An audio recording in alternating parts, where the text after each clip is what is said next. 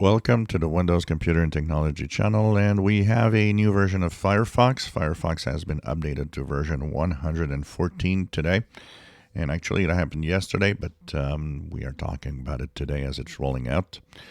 What's new? Not really any big front-facing features, but a few little things here and there that might help.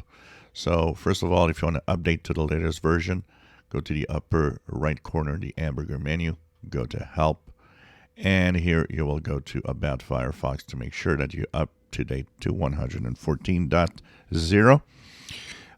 If you're not interested in new features or whatever new features there is, well, at least for the security, it's important. There are some security fixes in the operating system, in the browser, sorry.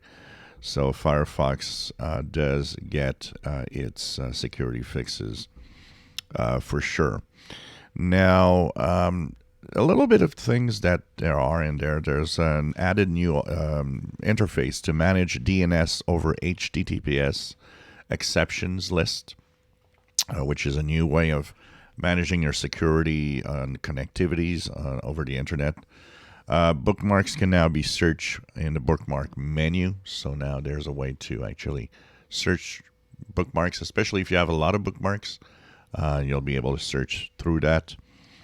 You also have restricted searches to your local browsing history. If you go to the search history, you can actually search in the browsing if you want for the library, history, library, or application menu button.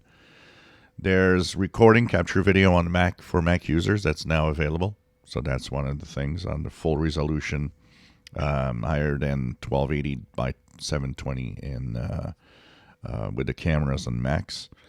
You can reorder the extensions listed in the extension panel on Linux and macOS Windows 7. You can use FIDO2 web authentication and authenticators over USB.